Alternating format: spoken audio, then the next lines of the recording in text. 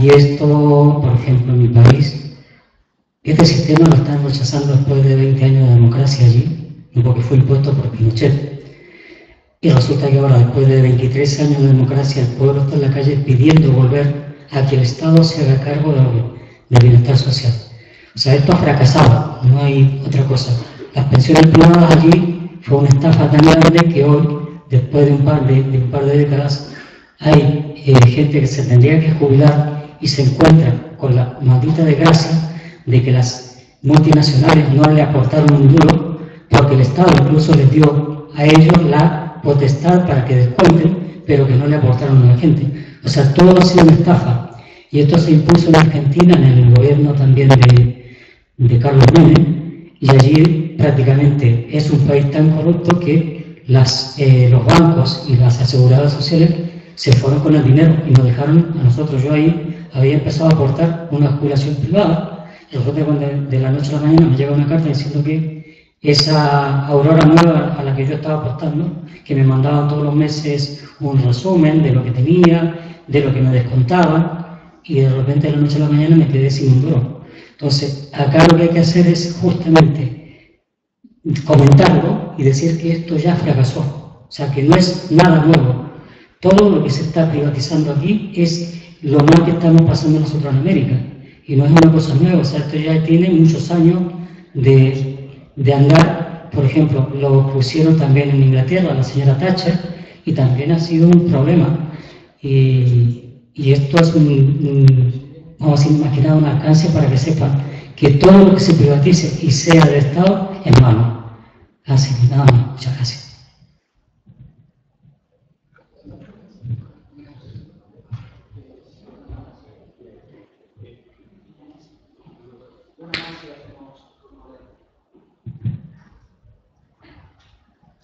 Hola, buenas. Yo quería preguntarle si está al tanto de la mesa estatal pro referéndum que ha quedado abierta hace relativamente poco, en la que participan 82 organizaciones. Pues habla un poco más. Sí, quería preguntarle si está al tanto de la mesa estatal pro referéndum para la defensa de las pensiones que ha quedado abierta hace relativamente poco, en la que participan 82 organizaciones, y lo que se busca es blindar las pensiones en la Constitución, básicamente, que no se pierda el poder adquisitivo. Yo creo que ese es un paso importante a seguir para proteger las pensiones.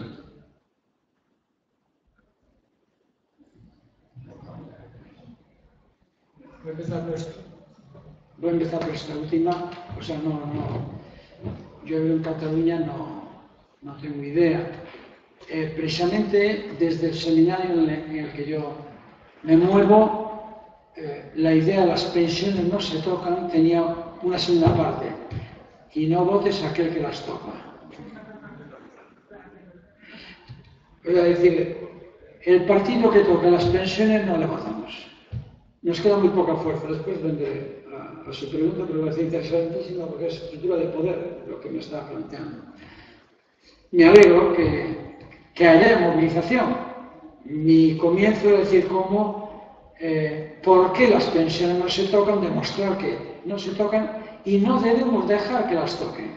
Lo que me comentas, me alegro porque va en la línea de que tenemos que movilizarnos para frenar hasta donde podamos. Hay una estructura de poder y bueno, pero el poder tenemos que combatirlo y frenarlo. Esto no te puedo decir nada más ya en ese sentido.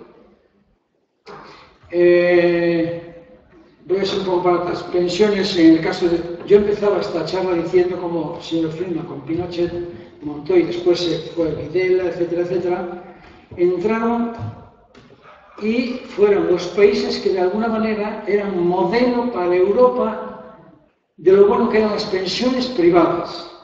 Empezaba por aquí precisamente para decir que este acoso a las pensiones ya viene del 75 o del 70 todavía, porque Friedman cuando empieza a explicar sus primeros, dar sus balbuceos teóricos de la importancia del neoliberalismo, todavía los Chicago Boys, que vendrían precisamente, la mayoría sean chilenos, los que apoyarían la transformación de lo público en privado. No sé si estamos de acuerdo hasta ahí. O sea que Estamos de acuerdo. Y por eso mi insistencia es decir, no creamos que esto es porque en este momento nos estamos ahogando con la crisis. La crisis no tiene nada que ver. Habría y hay más sistemas para volver, después volveré aquí al caso que planteaba Nando, cómo tenemos que buscar, digamos, otros sistemas. Yo cuando hablaba modelos, uno que señalaba era las pensiones, porque si hubiera acabado la charla yo llegaría a decir, el problema que tenemos es un problema de distribución, y voy a venir un poco con usted. Todavía con la crisis estamos produciendo 1 billón de euros. Luego hay dinero. Todavía con la crisis tenemos 16 millones de ocupados. Están produciendo colectivamente, pero ese 1 billón de euros es apropiado muy personalmente. Luego, la cuestión no está en la producción, que se está produciendo. ¿Podemos producir más? Claro que sí. Hay que producir más, esta sería otra. En otra sociedad, yo defiendo la sociedad comunal, y aprovecho para decirlo un poco, pero no tenemos por qué producir más. Podemos producir más racionalmente y en favor de todos. Pero el aspecto es un problema de distribución. En el capitalismo, a donde quiero insistir es, producimos ya mucho, pero se van a bolsillos muy pequeños, a bolsillos muy grandes, que se quedan con todo, con casi todo. Por lo tanto, hay que distribuir diferente. Y aquí vendría un poco la idea que de alguna manera lanzaba Fernando. Podemos ir pensando en otro sistema donde sobrevivir no haya que pasar por el mercado de trabajo, como es lo que se está proponiendo la renta básica. Sistemas en el cual la distribución no tiene por qué estar basada en si trabajo o no trabajo. Los niños no trabajan, que es lo que decíamos, ¿qué hacemos? Que los tiramos. Es una cuestión de distribución, los atendemos. Los militares los necesitamos, muchos pensamos que no, y ahí están, se están cubriendo con pensiones. Que dicen los militares, dicen los jueces, dicen las cárceles, dice la policía, dice la Casa Real, dice. Podemos señalar muchas cosas. Se pagan con impuestos. ¿Por qué la gente mayor no la vamos a pagar con impuestos? ¿Y por qué ha de ser ya, digamos, el modo de sobrevivir? Que este sería otro tema. Yo acabo de sacar un folletito que el nombre tendría que ser otro, que es de la renta básica a la riqueza comunal. Y me quisiera venir al problema que decía antes. Estamos en el capitalismo con una asimetría en términos de poder. ¿Qué podemos hacer con el poco poder que tenemos? Este es un poco un elemento fuerte. Con el poco poder que tenemos, ¿qué podemos hacer? Bueno, juntar poderes. O sea, juntarnos. Las poblaciones podemos juntar poder, tener poder. Porque si no, el capitalismo no va a tolerar. El capitalismo hacia dónde va? Va a un sistema que en algún artículo que seguramente tienen aquí, este era, no el otro, no lo sacamos, el de Europa, no, bueno, hay uno que les pueden facilitar, en el que yo explico hacia dónde va el capitalismo planetario. Y en términos de mercado de trabajo, el capitalismo planetario va al sistema de zona franca. Todos sabemos lo que es la zona franca. Un lugar donde se trabaja sin ningún tipo de regulación, sin ningún tipo de horario, de condiciones de trabajo, de salarios, no hay jornada, no hay nada. Tú vienes al lugar donde yo, empresario, necesito y diré 3, 10, 15, 20 y nadie más. Nuestro capitalismo va hacia ahí. En lo laboral, en lo productivo, va hacia la zona franca.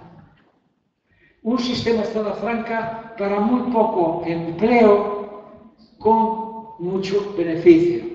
Y este es el capitalismo que tenemos, que se nos viene encima. Por eso alguien decía, ¿hacia dónde vamos a ir? Me parece que era usted. Por ahí va el capitalismo. Por eso que yo veo que en nuestra sociedad me encuentro con colectivos, incluso partidos, que están pensando todavía la vuelta al pleno empleo o al reparto del trabajo. El reparto del trabajo, el capitalismo no va a repartir el trabajo por el poder que tiene. Pero yo en vez de pedir repartir trabajo, lo que pido es repartir la riqueza. Luchemos por repartir la riqueza, no el trabajo. En el fondo, esta es una propuesta que ya en los 70 ha salido. Yo en uno de mis primeros trabajos recuerdo que decía del reparto del trabajo, que en el fondo sería repartir entre los pobres, repartir nuestro trabajo al reparto de la renta. ¿Por qué? Porque el reparto del trabajo, tal cual estaba, supone tener poder para decirle al capitalista, permite repartir el trabajo, pero en el fondo, ¿qué sería repartir el trabajo? Que un trabajador que está ganando 500, 600 euros al mes, el salario mínimo 640 y tantos, se le quedará en 300, entonces tendríamos ahora dos pobres, uno con el salario mínimo de 640 y ahora tendríamos dos pobres de 300 y pico. Y además, no es que, cuidado, por eso, cuidado, no, estoy de acuerdo, déjame matizar un poquillo más. El reparto del empleo hoy no es una salida. Primero, no es para el capitalista que tiene el poder, pero tampoco tendría que ser para la izquierda. La izquierda, esta ya es una visión política la mía diferente, no debe proponer el reparto del trabajo, porque hubo autores ya franceses que proponían el reparto del trabajo y decían un activo y un parado. El parado se supone que tiene subsidio de empleo, y tenemos una burrada de gente sin el subsidio de empleo. ¿Qué reparte el que no tiene subsidio de empleo con el que tiene trabajo? Ellos decían, el que tiene subsidio de empleo, que le dé la mitad del subsidio al trabajador, y el trabajador que le dé la mitad del salario. Bueno, pues eran bajar las dos cantidades, una media bajísima. Y dejábamos fuera buena parte, en este momento hay como, de los 6 millones igual hay como 3 millones que no tienen seguro. ¿Con quién cambiamos? Cambiamos nuestro empleo, el empleo que es ocupación, es empleo asalariado, lo decide el empresario. La lucha es contra el empresario, incluso para que aceptase un reparto de empleo. En Francia se hizo, las 35 horas se bajaron con Mitterrand, si recordarán ustedes. ¿Y qué ha pasado? Vino la derecha y ahora que se está haciendo alargar la jornada, no se está repartiendo, lo que se está haciendo es que con los que están se le está alargando la jornada, las horas extraordinarias no se pagan. Es decir, se va en contra. Yo sí quiero luchar y respeto la posición del señor, en el sentido de decir, eso podría ser una posición política luchar. Yo diría, adelante, yo no participaría, yo propongo otra directa, repartamos la riqueza. O sea, por ahí iría un poco. Impuestos. Explicaba ya un poco hacia dónde va el capitalismo, es decir, por dónde va. El capitalismo va a zona franca. ¿Qué nos queda a nosotros como posibilidad? Ya lo sé, es una brutal casi, es decir, es que no nos queda más remedio que derrotar el capitalismo. ¿Pero con quién derrotamos al capitalismo en este momento? Si pudiéramos, los que somos anticapitalistas ya lo tendríamos derrotado. No tenemos poder, porque como decíamos ya entre compañeros hace poco, se perdió la cultura de clase, se perdió la cultura de la lucha. Hay que recuperar, todavía hay que construir una cultura de clase, el orgullo de clase hay que construirlo, y con él hay que construir la cultura de la lucha. Hoy vemos, con todo lo que está lloviendo decimos, ¿y cuánta gente sale?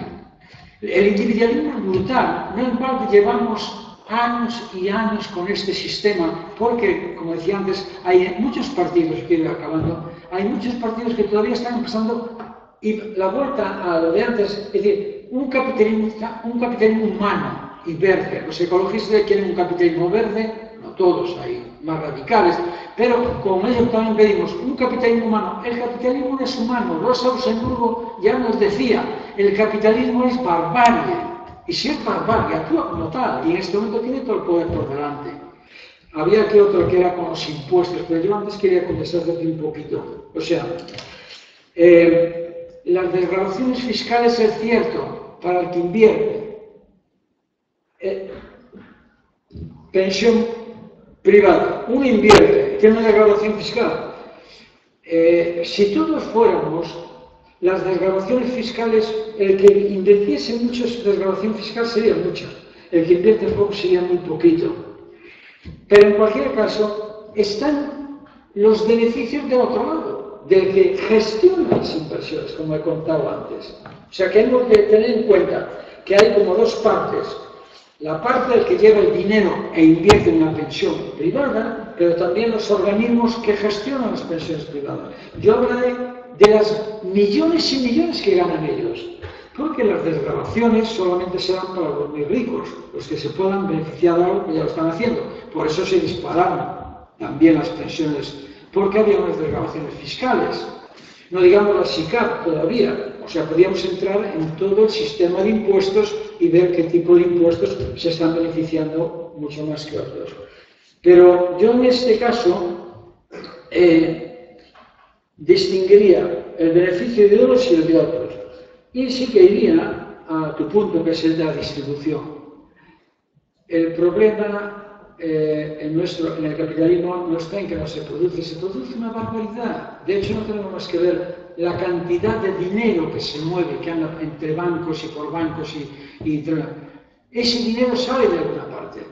Parte es dinero ficticio, esto ya me costaría un poco más pararme ahí. Pero bueno, ellos viven de corto plazo y ahí está ese dinero. Habría que ir a una distribución, modelos de distribuir. Porque se ha producido, distribuyamos. Yo acabo de explicar aquí en uno, tendríamos que ir a un modelo de la riqueza comunal, ir de la renta básica a la riqueza comunal.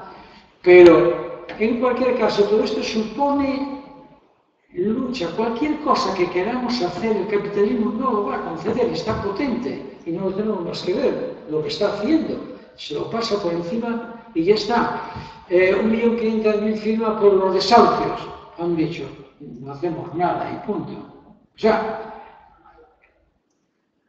entrar por las regulaciones otra vez sería, yo diría, cuidado. Entrar por las instituciones oficiales yo no me opongo. Es un modelo más. Yo digo, no, yo quiero luchar desde fuera, con lo que pueda, con la palabra en este momento. Pero se puede, pero siempre teniendo en cuenta que ellos tienen el poder, que a pesar de que se luchó en la calle por los desahucios, a pesar de conseguir 1,5 millones de firmas, a pesar de todo ello, ¿en qué quedó? En que ante el poder brutal del capital en las instituciones, representada por partidos concretos, cuidado que tienen nombres que no vamos a esconder aquí, ya llevamos muchos años como para encima de censurarnos, gracias. Pues ahí está la cuestión. Entonces, el primer problema que nos planteamos es hay que luchar, la lucha, y por lo tanto hay que concitar a la lucha, y la lucha en la calle, lo que les molesta en la calle. Ahora me estoy volviendo por roca. Bueno, debe quedar alguna pregunta por ahí, pero no me sé si alguien eso me lo vuelve a decir. ¿Qué? Ah, sí. Bueno, yo, uno de mis, quizás me voy a colgar medalla, porque ya, uno de los primeros trabajos que se hicieron sobre los pactos de Toledo contra todos esos informes, pues me lo hice yo porque no me lo creía. Y precisamente una de las ventajas que veíamos por esos datos que yo mostré ahí era separar las cuentas, poder crear el fondo de pensiones que lo teníamos. 1.000 y pico de millones que nos debe, podríamos decir, a nosotros el Estado, a la Seguridad Social, a los trabajadores que hemos creado la Seguridad Social, nos ha escamoteado más de 1.000 y pico de millones. Eso nos tendrían que devolver. No lo reclamamos, estamos callados. Y por lo tanto, yo en aquel momento también me sumaba, no era el único, me sumaba a decir, tenemos que sacar de ahí y dejar limpias las cuentas de la Seguridad Social para que se vea que ese dinero existe, que no había déficits, como testimoniaba, como además era la principal bandera del documento de la Cámara de Diputados, era hay déficits, y esto o los abordamos o estamos hundidos. Y yo decía, no hay déficits, al contrario, nos debéis dinero. En fin, por ahí va la cosa, pero sí que es verdad, algunas cosas los pactos ayudaron a conciliar, pero otra vez tenían, yo diría que entre tenía un elemento negativo. Abrían el melón, seguían abriendo el melón. Y el melón lo estamos viendo. Aquello era una reforma, ahora más reformas. La del 11, la del 13. Y estamos al principio. Aviso a los jóvenes, estamos al principio. Los jóvenes seguramente, como no luchen, a veces uno puede decir, este es para cuando sea viejo. No, esta pensión es la que está jugando ahora. Ahora te está jugando la pensión. De viejo entrarás o no entrarás, pero de viejo te dirán, no, si usted no ha hecho nada para merecerse la pensión, porque has dejado que te fueron, digamos, eliminando aquello que suponían derechos. Bueno, en fin, más preguntas, otra ronda. Si os parece, hacemos una segunda ronda, ahí en el centro.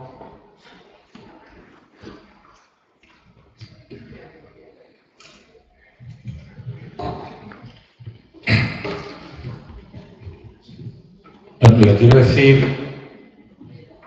hacer la siguiente pregunta. Ya que hablamos de los modelos, yo quiero hablar del público, ¿no? O sea, unos son las aportaciones y otros son los impuestos. En el entorno de los países que tenemos en Europa, ¿cuántos países destinan para apoyar de los impuestos a las pensiones? Porque es que se habla de mucho, siempre nos dicen, es que tal país, eso es lo que el dato ese me gustaría saberlo. Solo hay un país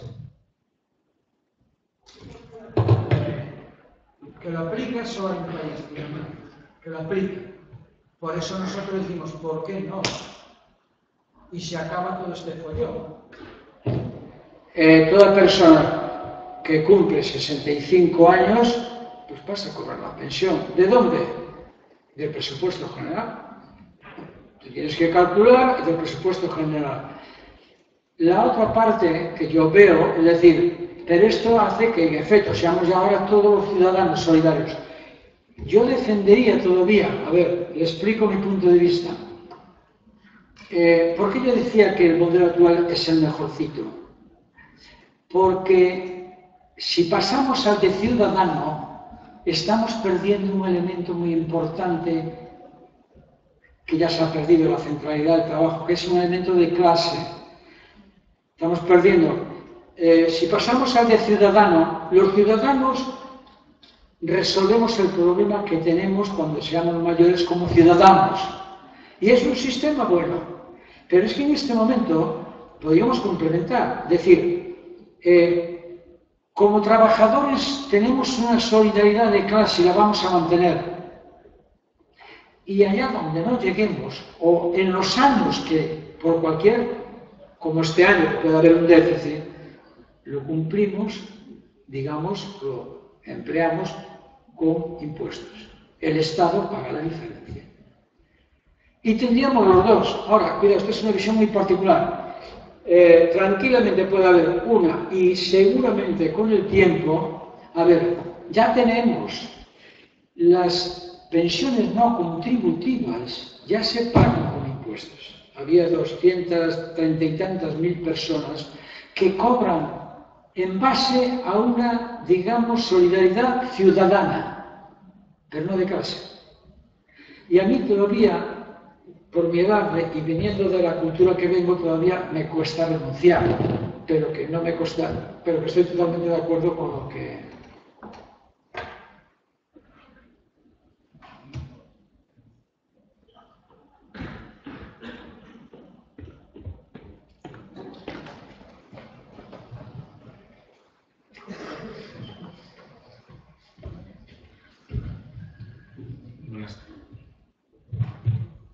Buenas tardes, noches casi ya.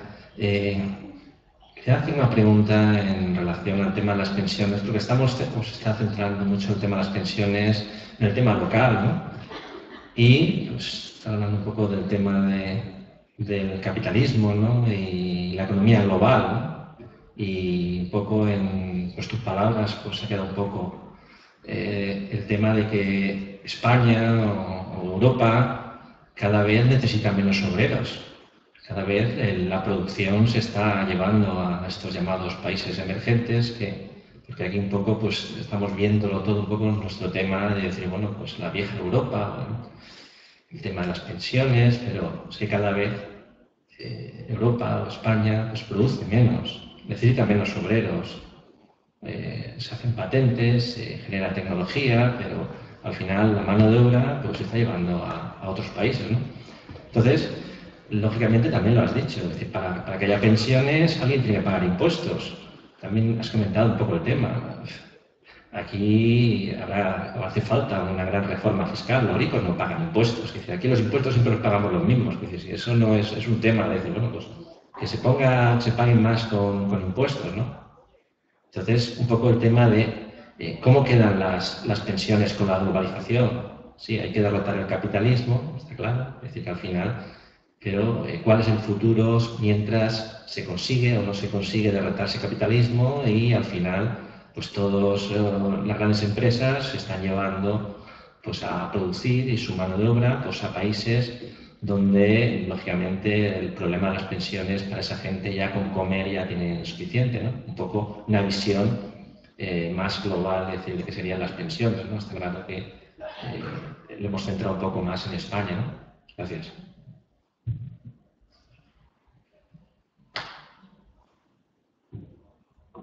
¿Alguna pregunta más?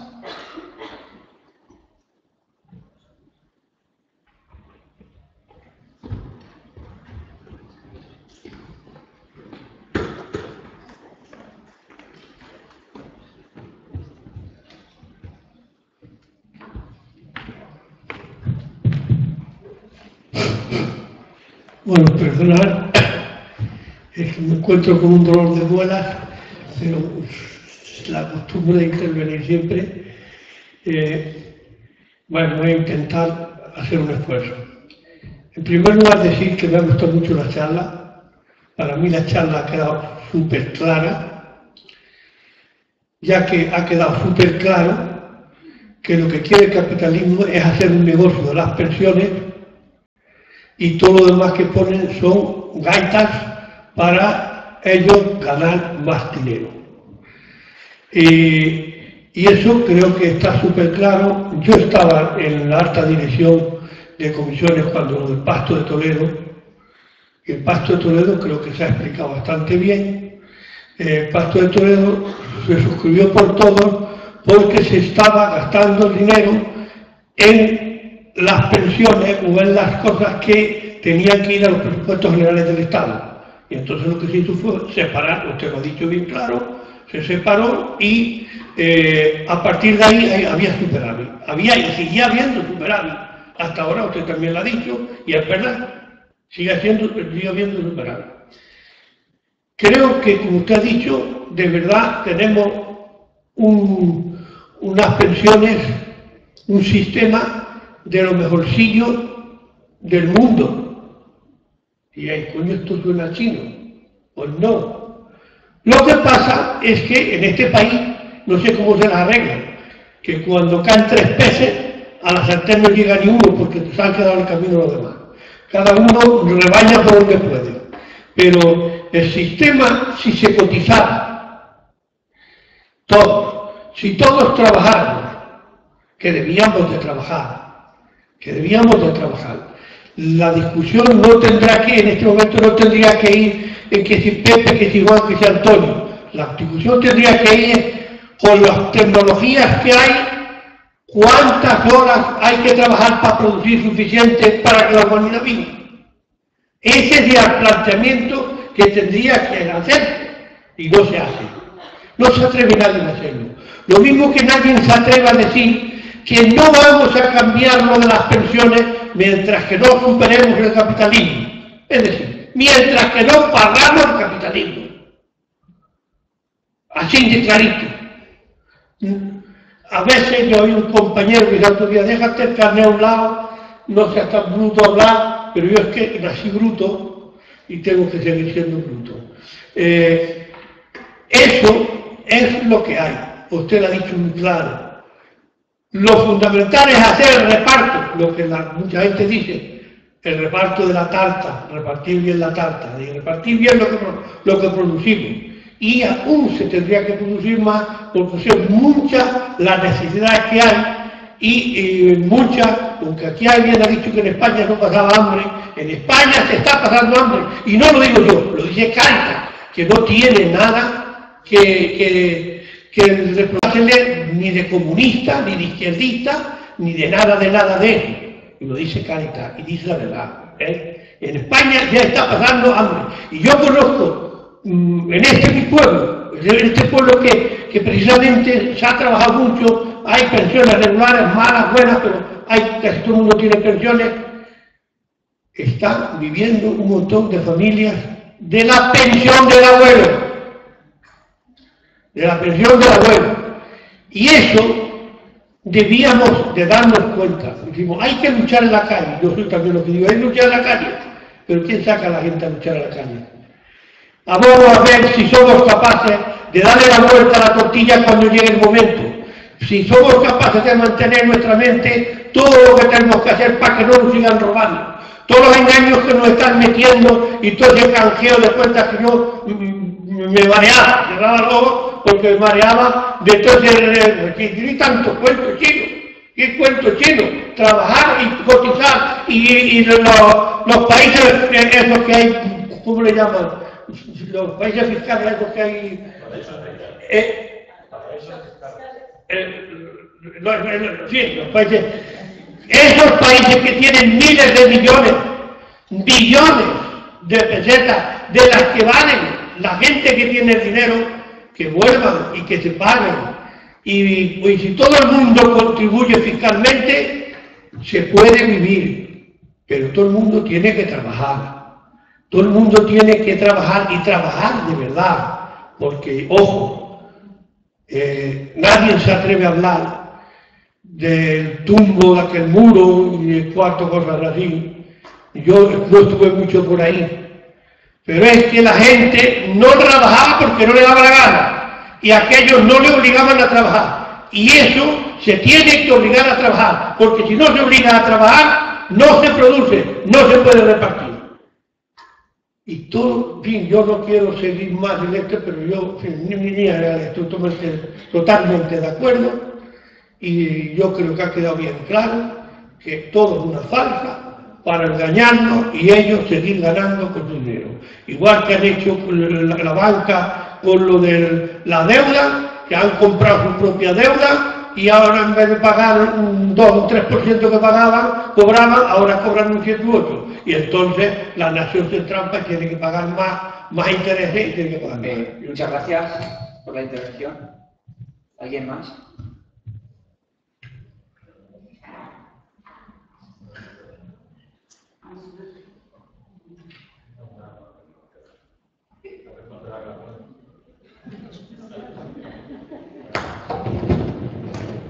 Vamos a tomar la pregunta de señora ya. O sea, yo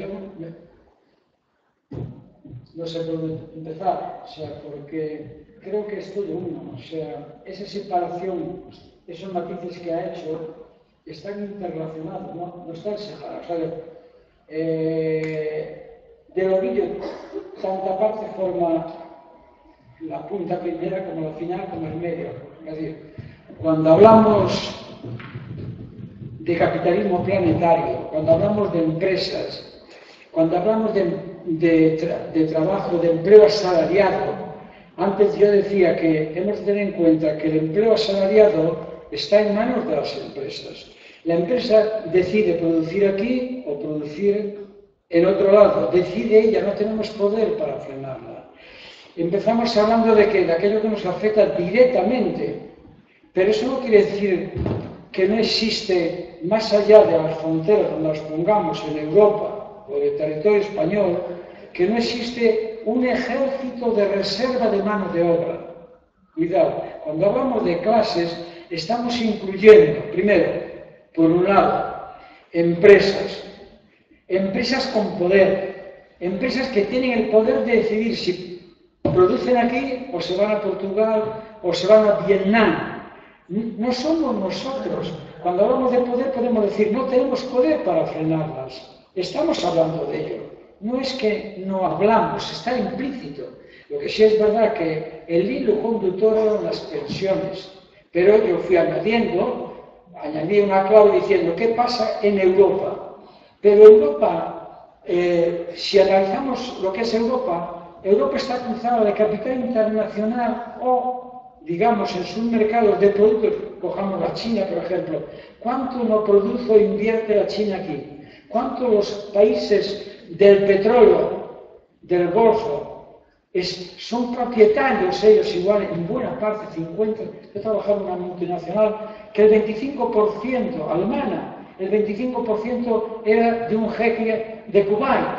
Es decir, cuando hablamos de capital en sí mismo, ¿no? El capital no tiene patria. Capital no podemos decir, no, el capital se mueve, el capital financiero mucho más, mueve millones de un lado para otro. ¿Qué podemos hacer para frenar el capital financiero?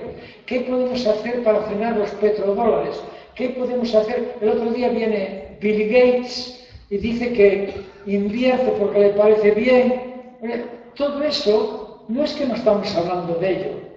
Lo que también sí es verdad que debemos mantener como cierta lógica a la hora de exponer las cosas, porque si no, si lo mezclamos todo. Por eso, cuando usted hacía esas observaciones, decía, yo creo que de alguna manera sí que nos está preocupando, porque lo que nos ocurre esencialmente, yo en mi visión de Europa, pero cuando hablo de Europa estoy hablando de qué, o sea, estoy hablando de los drones que están volando, estoy hablando también a su vez de todo lo que está saliendo, que si desde entidades norteamericanas están haciendo y nos están espiando, etcétera, etcétera. Estamos hablando de todo ello. Lo que pasa es que sí es verdad que para entendernos y mantener como cierto hilo conductor hemos tomado las pensiones, pero esta charla se llama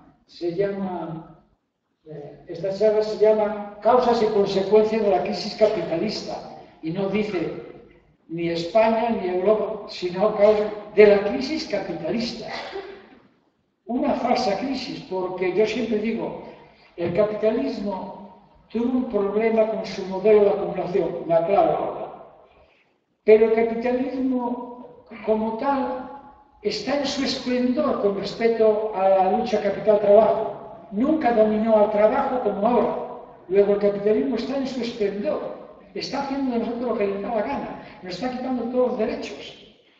Ya, por tanto, está el capitalismo en crisis, en su esplendor. Ahora, que una parte del capital, el capital financiero, y dentro del capital financiero, no todo el capital financiero padeció. Si es verdad, hubo grandes manembradas, pero a su vez, por otro lado, nosotros, cuando digo yo, hablamos del semillero de Taifa, cuando analizamos las crisis, decimos la crisis, el capitalismo la utiliza para limpiar su casa también. Limpia las empresas pequeñas, por ejemplo, con la burbuja inmobiliaria, pues se cerraron como 400.000, sí, es fácil, de estas pequeñitas inmobiliarias que no eran nada más que vendedores de pisos. Se tuvieron que cerrar. Ya no las necesita, limpia el patio. La concentración, desaparecieron unas cajas de ahorro. Eso es un golpe maestro del capital financiero. Concentra, es un golpe maestro, se compró a precio de saldo patrimonio nuestro, a precio de saldo. Limpia la casa y se aprovecha. O sea, no, en fin, no sé, no, igual no lo he entendido bien, perdón.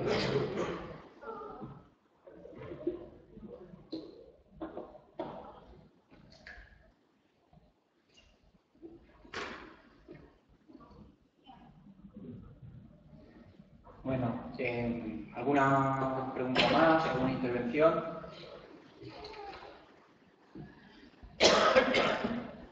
Bueno, yo creo que volvemos a darte las gracias, José Iglesias, por esta magnífica... Sí.